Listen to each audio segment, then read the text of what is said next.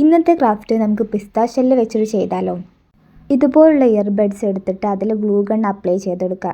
4 പിസ്ത shell ഇതുപോലെ ഒരു flower ഷേപ്പിൽ അറേഞ്ച് ചെയ്ത് കൊടുക്കണം. 2 പിസ്ത ഷെല്ല് ഫേസ് ചെയ്ത് നിൽക്കുന്ന പോലെ വേണം ആദ്യത്തേത് സ്റ്റിക്ക് ചെയ്യാൻ. പിന്നെ ഓപ്പണായി നിൽക്കുന്ന ഭാഗത്ത് ബാക്കി 2 ഷെല്ലൂടെ നമുക്ക് സ്റ്റിക്ക് ചെയ്ത് കൊടുക്കാം. ഈ സ്റ്റെപ്പ് എല്ലാം കംപ്ലീറ്റ് ആയാൽ നമുക്കൊരു ട്യൂലിപ്സ് ഫ്ലവർ സെറ്റായി കിട്ടും. ഇനി ഇതിലേക്ക് ലീഫ് ഉണ്ടാക്കിയെടുക്കാം. ഇതുപോലെ മാസ്കിൻ ടാപ്പും കമ്പിയും ഇങ്ങനെ സ്റ്റിക്ക് ചെയ്തതിന് ശേഷം ഒരു ലീഫിൻ്റെ ഷേപ്പിൽ കട്ട് ചെയ്തെടുത്ത് കഴിഞ്ഞാൽ നമുക്ക് ലീഫ് റെഡി ആയി കിട്ടും.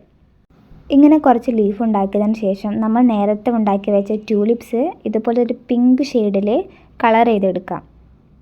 ലീഫുകളും പെയിൻ്റ് അടിച്ചതിന് ശേഷം നമുക്ക് ഇത് സ്റ്റിക്ക് ചെയ്ത് വെക്കാനുള്ള ബോക്സ് ഉണ്ടാക്കിയെടുക്കണം. കാർഡ്ബോർഡ് യൂസ് ചെയ്തിട്ടാണ് ഈ ഒരു ബോക്സ് ഉണ്ടാക്കിയെടുത്തിട്ടുള്ളത്. ഇനി മുകൾ ഭാഗത്ത് ഒരു പച്ച പെയിൻറ്റ് കൂടി ചെയ്ത് കൊടുത്തിട്ട് ഈ ട്യൂലിപ്സ് എല്ലാം ഇങ്ങനെ അറേഞ്ച് ചെയ്ത് കൊടുക്കണം. ഒരു എസ്തെറ്റിക് ലുക്കൊക്കെ വരാൻ വേണ്ടി ഞാൻ ഇവിടെ ഒരു ഫ്ലവർ ലേസ് സ്റ്റിക്ക് ചെയ്ത് കൊടുക്കുന്നുണ്ട്.